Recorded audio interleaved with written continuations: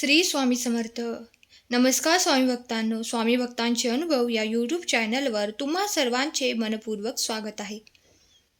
आज मी तुम्हाला जराही वेळ न दवडता स्वामी सेवेकरी दादांना आलेला अनुभव त्यांच्या शब्दात सांगणार आहे.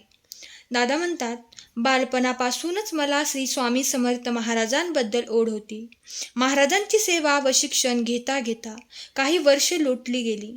कालांतराने 12वी विज्ञान या शाखेतून पास झाल्यानंतर मी CET दिली.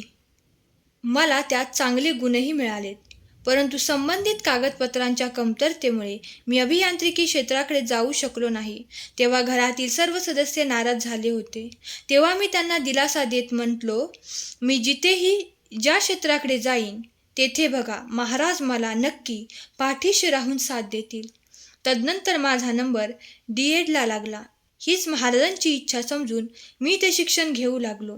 अतिशय आनंदाची गोष्ट अशी की आमच्या कॉलेजमध्ये महाराजांची सेवा केली जात होती. दररोज कॉलेजमध्ये महाराजांची आरती होत होती.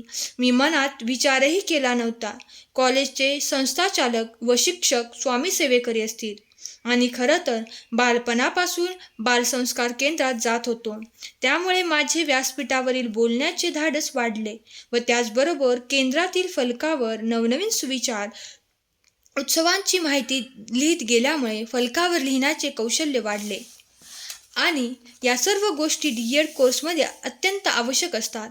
खरंच आपण स्वामी मार्गात जेही ज्ञान ग्रहण करतो त्याचा उपयोग आपल्या जीवनात सदैव होतच असतो. यावरून एकच सिद्ध होते की महाराजांच्या इच्छा मिळवल्या सर्व स्वप्न पूर्ण होतात.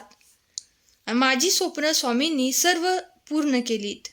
श्री स्वामी समर्थ. स्वामी सेवेकरी दादांचा अनुभव आवडला असल्यास अनुभवास लाईक करा, शेअर करा. धन्यवाद. श्री स्वामी समर्थ. जय जय स्वामी समर्थ.